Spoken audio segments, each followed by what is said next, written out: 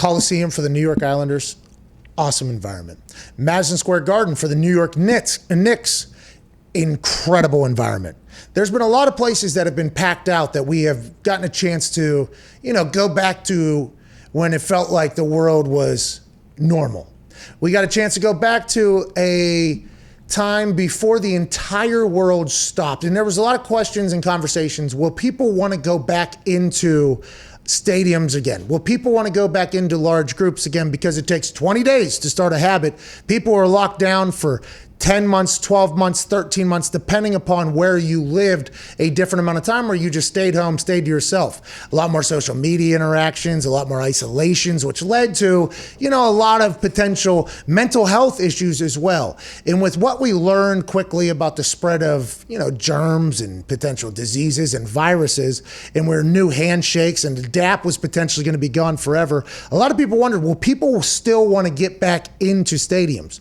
Will the experience of sports in front of a gladiator-like atmosphere ever return? And we're learning very quickly. Yeah. Oh, yeah. Yeah, it will. As soon as there was an opportunity to get in that Texas Ranger Stadium, 40,000 people, probably not even baseball fans, that was sold out immediately. Over there in Jacksonville, when UFC, that thing was packed all the way to the roof. Do whatever you want to do. Now we're getting a chance to see it in the NBA, in the biggest city, in the biggest market, in the place that was the hotspot for America for a long time. They're packed out. And now it is being reported that 30 of the 32 NFL teams have given a full systems go to full capacity stadiums this season. Yeah! Feels like we beat COVID. I'm pumped up for this. Obviously, the crowd getting pumped in via the TV, and some places having a few or a percentage of people in there. You got to do what you got to do during the time, but I think all owners in the NFL were pumped to potentially get their fans, the people that are the backbone for their organization, the people that provide everything that you possibly need, whether it's watching, which is the largest, like when somebody says, I bought a ticket, I paid your salary. It's like, nah, you didn't. Okay. My salary comes from the TV, but those motherfuckers still have to watch. The ratings still have to be there. They still have to shop from the advertisers. The backbone of every business is their fans. The fact, entertainment business, you get it, and football is entertainment, but getting their fans back into the stadiums, they couldn't wait to make that announcement. Roger Goodell said that at a press conference like 2 months ago. Hey, I think we're going to have full stadiums this fall as this thing is continuing to unfold and more is, kind of learned as we go. I think we're fucking all the way back. Very fascinating, though, in this James Palmer tweet. 30 of the 32 NFL teams have agreed to full capacity. Tom Pelissero, I'm sorry, Tom. The only two teams that haven't are the Denver Broncos and the Indianapolis Colts. Oh, jeez. So you're telling me, okay, the Los Angeles Rams, Los Angeles Chargers, San Francisco, which is also the Santa Clara 49ers, who got kicked out of their stadium last season. They've all said, yeah, we're good to go. Okay, we're good to go for full stadiums. The Buffalo Bills, New York's only team. People forget that that is the only team that is in New York state lines. They're good to go. The New Jersey teams, the New York Giants and Jets, they're good to go. Mm-hmm. Minnesota Vikings, they're good to go. A lot of the teams that you would expect in cities that you would expect to potentially be slower in rolling out maybe a different protocol than everywhere else, and we all saw who was doing what and who wasn't doing what. But when you start thinking about it in that fashion with what the protocols are and everything like that, the Denver Broncos makes sense. Denver is a city, I think, that is always.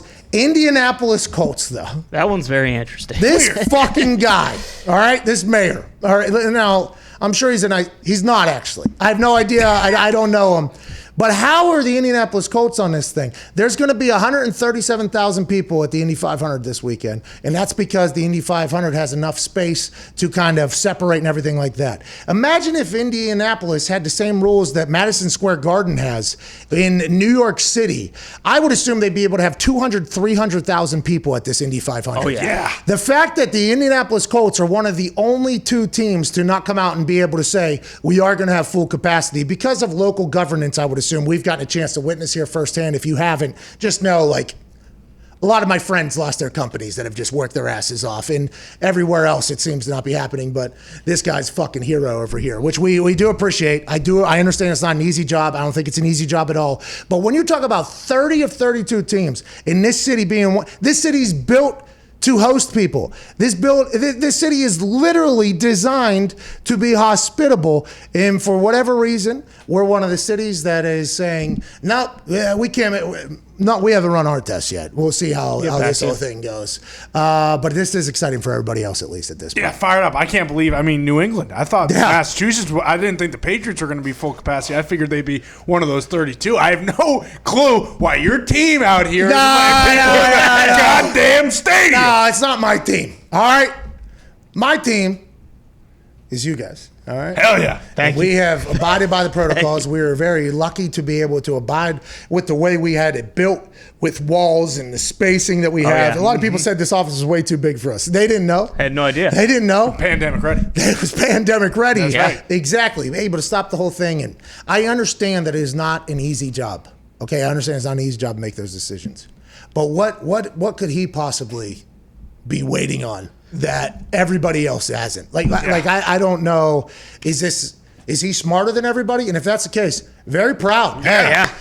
We got a guy smarter than everybody. Hell of a mayor. Right here in Indianapolis mayor. But if not, like, what the fuck are we doing? Yeah, I mean, especially if like Chicago, which I believe Chicago, was yes. much worse, like they're good to go. I mean, Cincinnati's 2 hours away. It's like, hey, you guys are good. I mean, I don't know. It is wild. I like when I saw this, I was very, very surprised that the Colts were one of the teams. I was reading the tweet from Tom Pelissero, okay? Because this is Tom Pelissero, and we all know Tom Pelissero read every part of the memo, and he is telling you why the NFL is doing what the NFL is doing. He's basically a chip and a glitch from Roger Goodell, everything he said. Yeah, right. I was so pumped reading the tweet.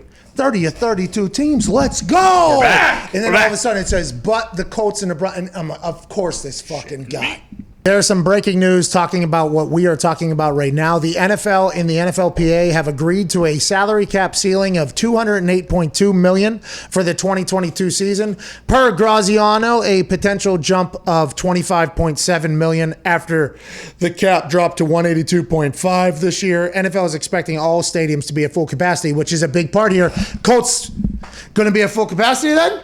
That's what that just sounds. Maziano. So no, 32 of 32. It sounds like. That sounds like 32 or 32. That's where the numbers go. And they're saying, hey, $208.2 million you can all use and spend. That's 49% of what we're going to be making over next season. So the Colts are at full capacity. We beat COVID.